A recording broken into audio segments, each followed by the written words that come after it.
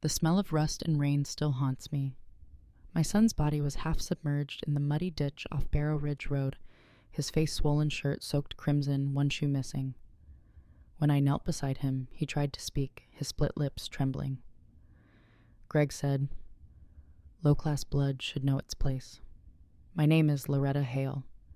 I'm 65 years old, and that was the night my son was beaten and thrown away like trash. But what they didn't know was I spent 40 years filing every piece of paper this county ever tried to bury. Before I continue, tell me where you're watching from. And hit like and subscribe if you've ever been betrayed by family, because this story isn't just about revenge. It's about how one quiet mother from Georgia turned every file, every memory, and every scar into a weapon. The night after Damon's attack, I couldn't sleep. The storm outside was still pounding against the windows, the kind of steady Georgia rain that makes the air taste like metal. I sat in my kitchen with only the yellow light above the sink, staring at the bloodied fabric I'd cut from my son's shirt before burning the rest. The fibers were stiff with dried mud and iron, and I caught myself thinking, not like a mother, but like the record keeper I used to be. This is evidence. Old habits die hard. I've spent most of my life inside the archives building of Ashford County Courthouse, a place that always smelled like paper mold and old ink.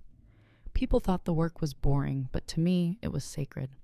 Every file, every stamp, every signature, each was a heartbeat in the county's story. If something didn't line up, I'd know. That's how I earned the nickname, the Ledger Lady. I liked rules order things that could be proven. What I didn't know was that one day those same habits would become the only weapons I had left. When my husband Samuel was still alive, our little bungalow was always full of sawdust and laughter. He worked as a carpenter, steady hands, slow words, never rushed. He used to say, "You build something right, Loretta, and it'll outlive you." He died 10 years ago from a stroke while fixing our porch. I remember how quiet the hammer sounded when it fell to the floor. Damon was 20, then too young to lose a father, too proud to cry in front of me.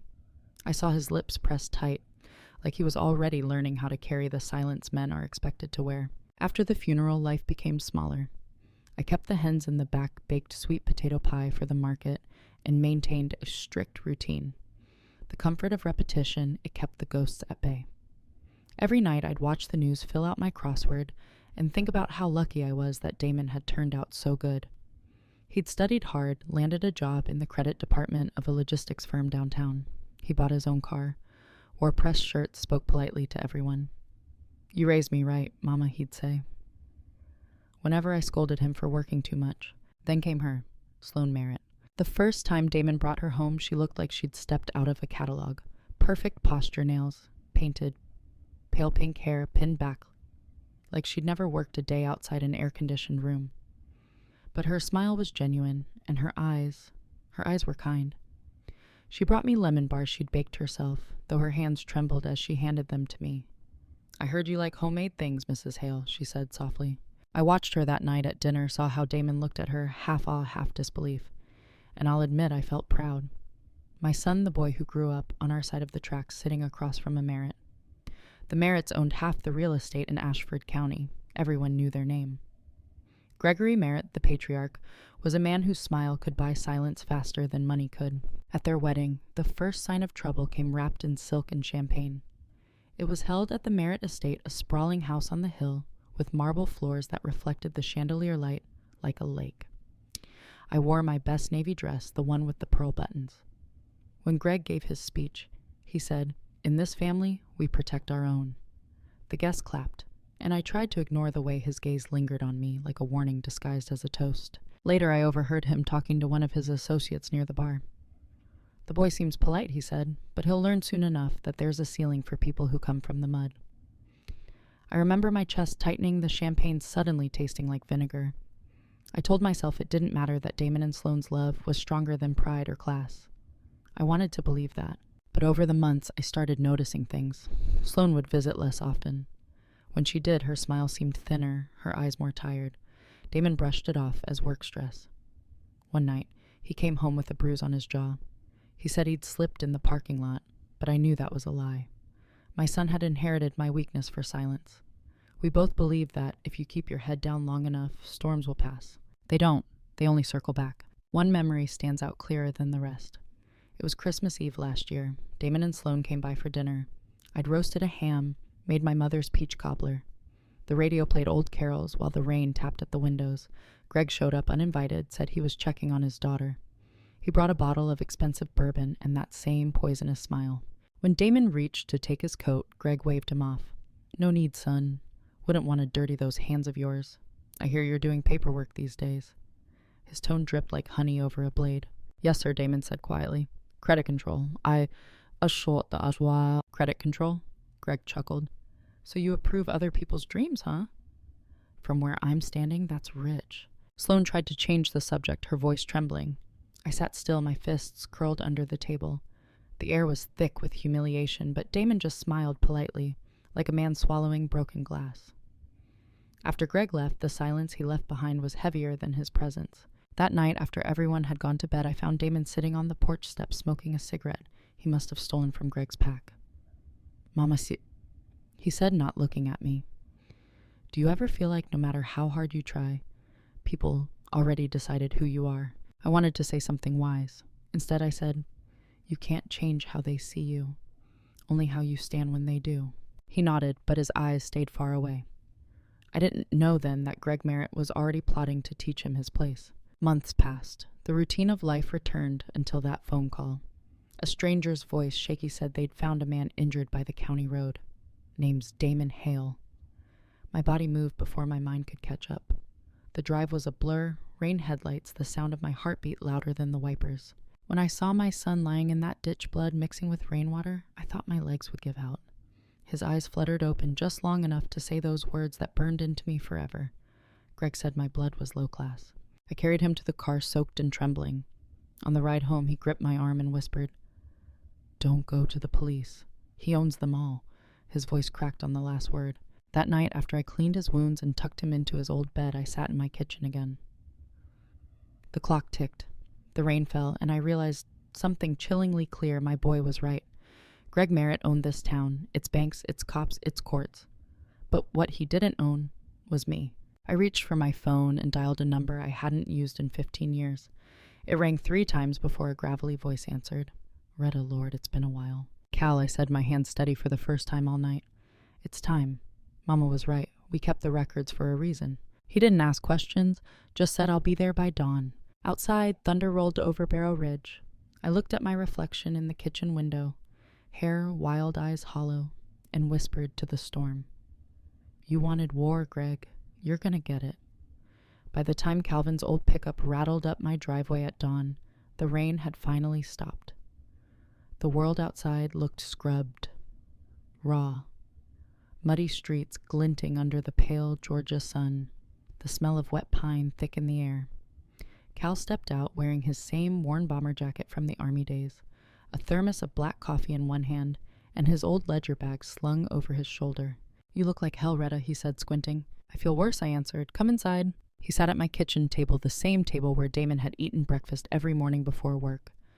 I poured him coffee, and without needing to ask, he pulled out a yellow legal pad, just like he used to when he audited factory books. That old rhythm between us came back instantly. Quiet, efficient, no wasted words. "Tell me everything," he said. I did. I told him about the ditch, the bruises, the words Greg had said. About the way Damon had begged me not to go to the sheriff. Cal didn't interrupt once. He just kept jotting down notes in his small, blocky handwriting. When I finished, he said quietly, "You realize you can't go after Greg through local channels. He's got the sheriff, the DA, and the judge all on his payroll." "I know. So what's the plan?" I took a deep breath. "Paper." He raised an eyebrow. "Paper?" "Documents, Cal. I've seen things, old deeds, transfers, contracts signed by people who couldn't possibly have signed them. Back when I worked for the county, Greg's name kept popping up on land sales that didn't make sense. Folks disappearing after selling property for half its value. There's a trail, and I can find it." Cal leaned back, lips curving into a small, knowing smile. "You want to take him down with his own paper trail." "Exactly." He whistled low. "That's cold, Retta." "Cold is all I've got left," I said. That day, I opened the locked file box Samuel had built for me before he died. Inside were microfilm strips, old clerk stamps, and copies of records I'd kept just in case. Back then, I didn't know what I was saving them for, only that one day they might matter. The first clue came from a parcel file dated 10 years back, Rivertown Holdings LLC, a shell company Greg had used to buy half the industrial land around Ashford. The signatures didn't match. I'd notarized enough papers in my life to recognize a forgery when I saw one. My pulse quickened. If I could prove the signatures were faked, I could prove fraud. And if I could prove fraud, I could bring in the feds. Cal took pictures of each document and said, "We'll need corroboration. Someone from the inside." That's when I thought of Reed Lawson. Reed used to be Greg's muscle, the kind of man you didn't make eye contact with. 20 years ago, he'd done collections for Greg's restaurants, which really meant intimidation. But rumor had it, Reed had found religion or guilt and moved out near the old Maple Grove Cemetery. Cal and I drove out that afternoon. The sun beat hard on the asphalt, steam rising off puddles like breath from a sleeping animal. Reed's place was a half-collapsed house tucked behind a line of oaks, a junkyard of rusted cars and old regrets. He opened the door before we even knocked. "Retta Hale," he said slowly. "Didn't think I'd ever see you again." "You still keep records?" I asked. His eyes flicked toward the back room. "Maybe. Why?" "Because Greg Merritt nearly killed my boy," I said. "And I think you helped cover up more than one accident in his name." For a moment I thought he'd slam the door. Instead, he stepped aside. "Come in." The air inside smelled of motor oil and mildew. On a rickety table sat a shoebox full of old receipts, photographs, and a flash drive. He opened the box and pushed it toward me. "I kept copies," he said. Greg always said burn the originals. I never could. The flash drive contained scanned invoices labeled discipline service with Greg's initials next to each payment. There were photos too, one of Greg sitting in a car, his reflection in the side mirror, smirking as two men dragged someone into the woods. My stomach turned. "This is enough to bury him." Reed shook his head. "No. It's enough to make him dangerous. If he finds out you have this, you'll be next. Then he better not find out." Back home, Cal helped me print and categorize every file. I labeled each folder like I used to at the courthouse: financial, legal, medical, miscellaneous. When I looked at the growing pile, I realized I was building not a record, but a weapon. That night, I visited Damon in the ICU. The smell of disinfectant and oxygen filled the air. His face was still swollen, his body still. Sloane was there, holding his hand. When she saw me, her eyes were rimmed red. "I didn't know," she whispered. "I didn't know my father could." I stopped her with a look. "Sloane, if you want to help, don't apologize, testify." Her mouth fell open. "You think he'll let me live long enough to—" "He won't have a choice," I said. Sloane nodded slowly. "Then tell me what to do." That was the night she became one of us. Over the next week, the three of us, Cal, Sloane, and me, started collecting proof. Sloane accessed Greg's private files through her mother's old laptop. She found flight bookings under her name to Switzerland rehab, abroad, the cover story. Cal traced Greg's shell companies through the county registrar. I tracked the notary logs comparing stamped signatures and dates. The pieces started fitting together like wood joints my husband would have been proud of. But paranoia has a smell. It's metal electric, like a storm waiting to break. I began noticing a black SUV parked across from my house at odd hours. Phone clicks, footsteps outside the gate at night. Cal laughed it off until he found a dead crow nailed to his fence. Then he stopped laughing. One afternoon, I came home to find the door slightly open. My stomach dropped. Inside drawers were pulled-out papers scattered. They hadn't taken anything valuable, just copies of my files. Someone wanted me to know they'd been there. That was when Cal said the words that set our path: "If we wait, he'll crush us quietly.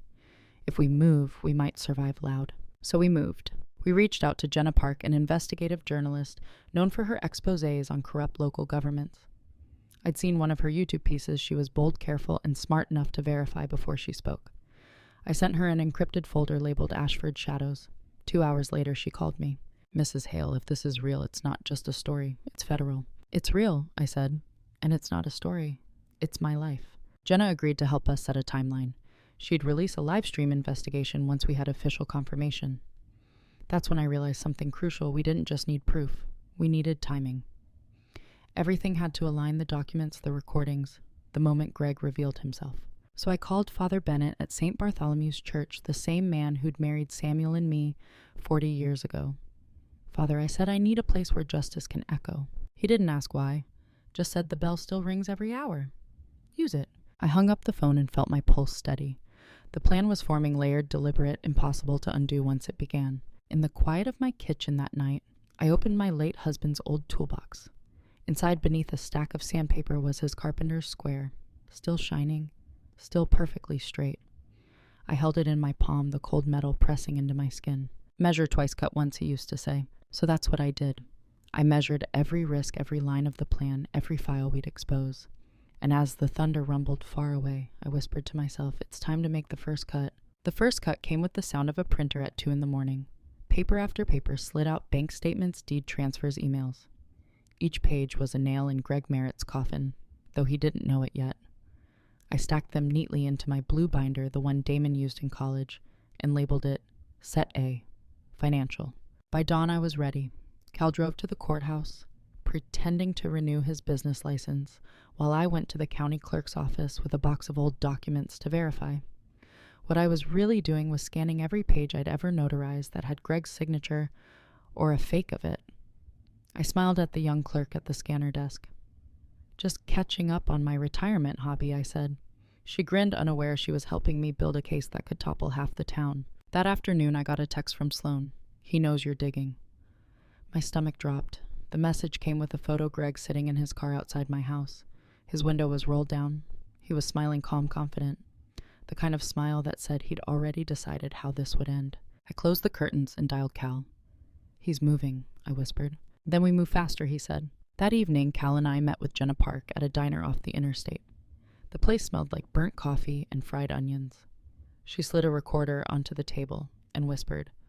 I verified the documents. The land deeds, the shell companies, the payments labeled discipline. It's airtight. But we'll need more than paperwork to make the feds care. What do you mean more, I asked. Physical evidence? Something visual? Something they can't explain away. That's when Cal mentioned the storage yard. There's an old container depot on River Road. Greg used to run operations there. Reed said one of the old security cameras still works. Jenna's eyes narrowed. If that's true, we could catch movement logs, license plates, even faces. We left that night under the cover of fog headlights, cutting through the mist like knives. The depot looked deserted, rows of rusted containers, chain-link fences, weeds pushing through cracks in the asphalt. Reed met us there, his face pale under the security light. You sure you want this? He muttered. Once we open that box, there's no going back. We've already gone, I said. He led us into a metal office and pried open an old NAS drive. Cal plugged in a portable monitor, his fingers steady. A grainy feed flickered to life, date stamped 6 months ago. I leaned closer, heart pounding. The footage showed 2 men dragging a third toward a black SUV. The victim's head hung low, limp. Then Greg appeared, his silhouette unmistakable, even in low light. He lifted a hand, said something we couldn't hear, and the men tossed the body into the vehicle. That's him, Reed whispered. That's what he does when someone disobeys. I swallowed hard. Download it. It took nearly 20 minutes. 20 minutes of watching my entire faith in the system collapse pixel by pixel. When it was done, Cal labeled the file Sequence 14. Jenna backed it up to 3 encrypted drives. The next morning, the retaliation began. When I stepped outside, the mailbox was gone, ripped clean off its post. A smear of red spray paint across my fence spelled one word, enough. That same day, the bank called saying there'd been an issue with my account verification. By evening, my utilities were flagged for non-payment. Greg wasn't subtle. He wanted me to know he was squeezing. At sunset, Cal showed up with his jaw tight. They found Reed's truck near the quarry, he said. Empty. No Reed. For a moment, everything around me went silent. No crickets, no wind, nothing. Just the faint ticking of the clock in my head. He knew too much, I said flatly. Cal nodded.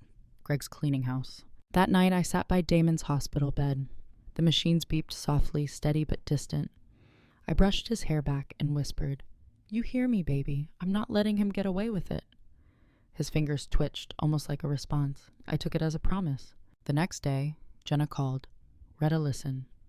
My source at the AUSA office says they'll open a federal inquiry if we can prove obstruction of justice or tampering with federal property.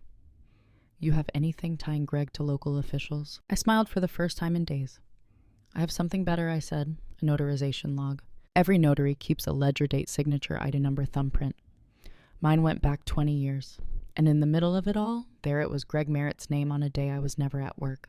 Someone had stolen my notary stamp, forged my signature. That's your obstruction, Jenna said. He faked government records. That's federal. The pieces were aligning, but I knew Greg wouldn't go quietly. He'd sense the walls closing and strike first. At dusk, At dusk, a car pulled up outside. Sloane stepped out, her face pale, her hands shaking. "He told me to pack a bag," she said. "He booked me a flight to Zurich for tomorrow." "You're not getting on that plane," I said. She looked at me, tears trembling in her eyes. "If I don't, he'll know I'm helping you." I placed my hand over hers. "Then we'll make him think you are." The next 48 hours felt like holding my breath underwater. Every move had to look normal, every text had to sound routine, every lie had to be believable.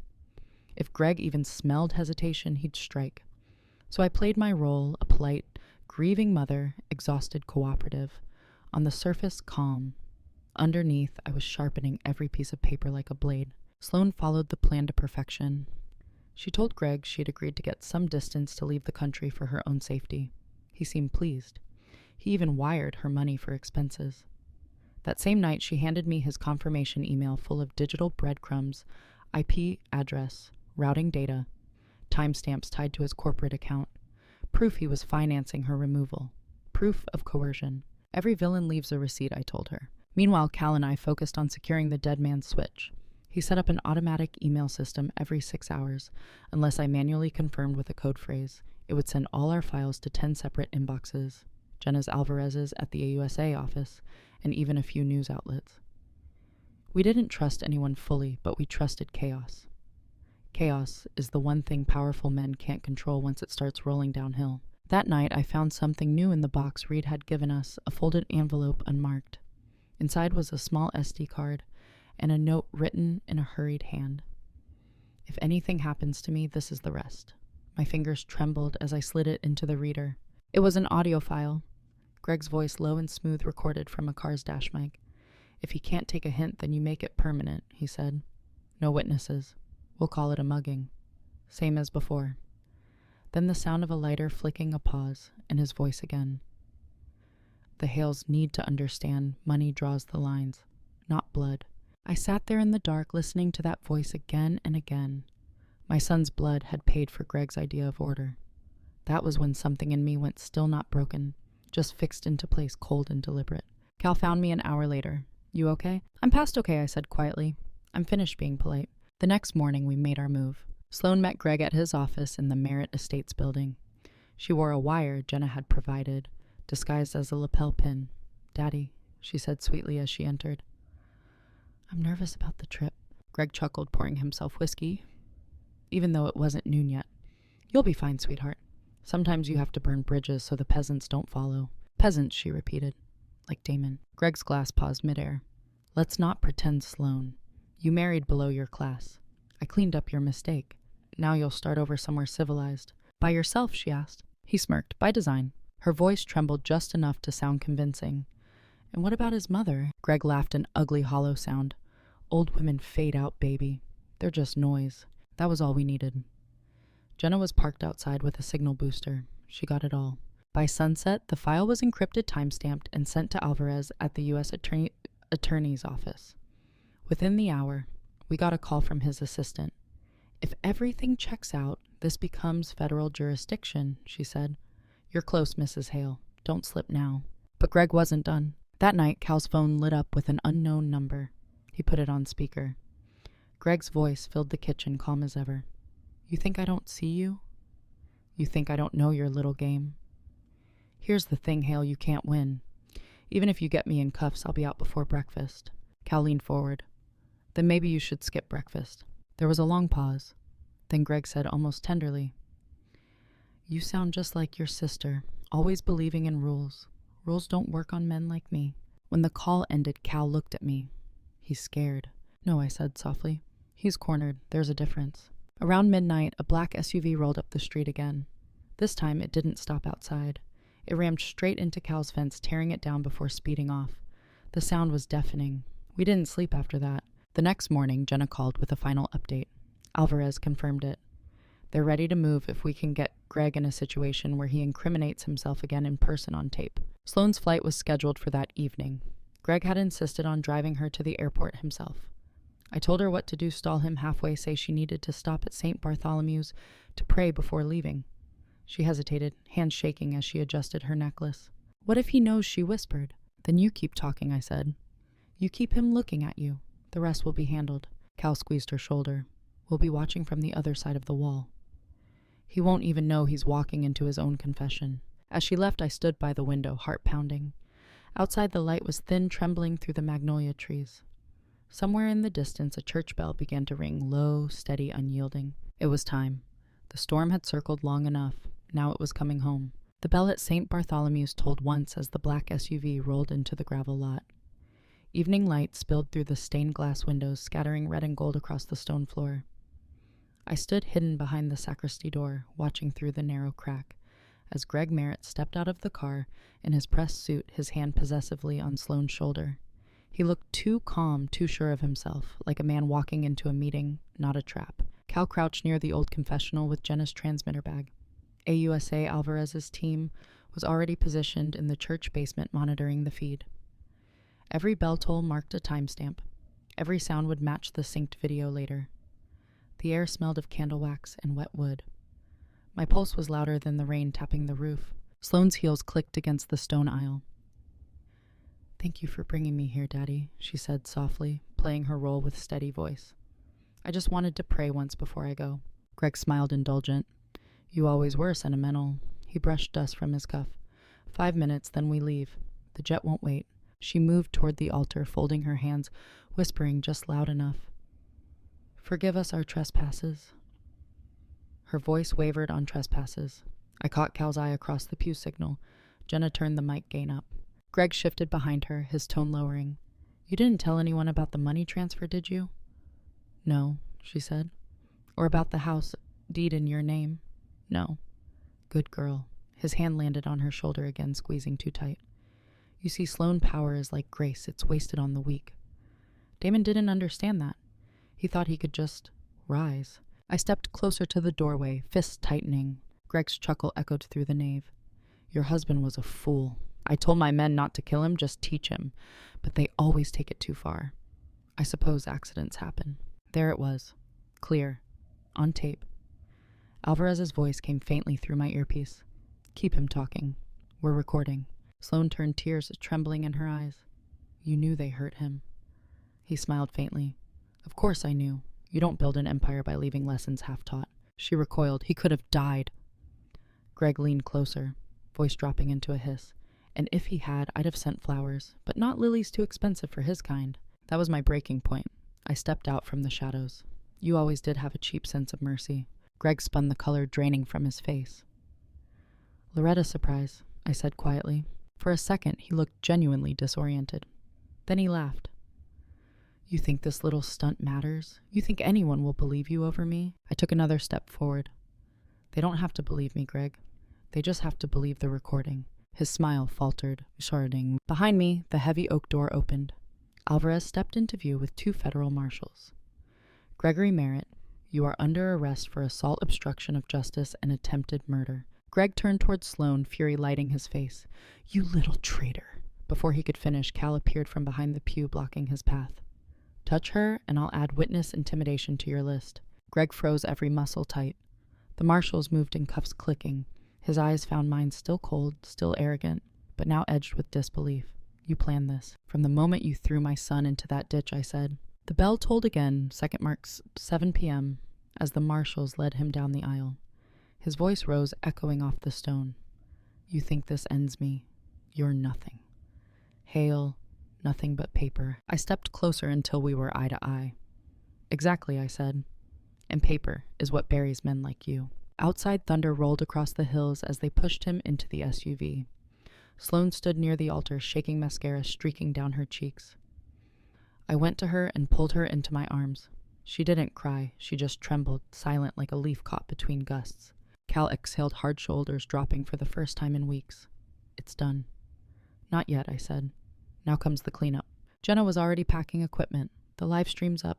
Half the county's watching the arrest feed. Alvarez approached, handing me a small envelope. "We'll need you in Atlanta for testimony, Mrs. Hale. You did the impossible, just be careful. Merritt's friends won't vanish overnight." I nodded. "Neither will I." When the last car tail light disappeared down the road, I turned back toward the empty church. Candles flickered, their wax puddling like melted memories. Damon's words replayed in my head from years ago. "You taught me that integrity is proof. You file for yourself, not for others.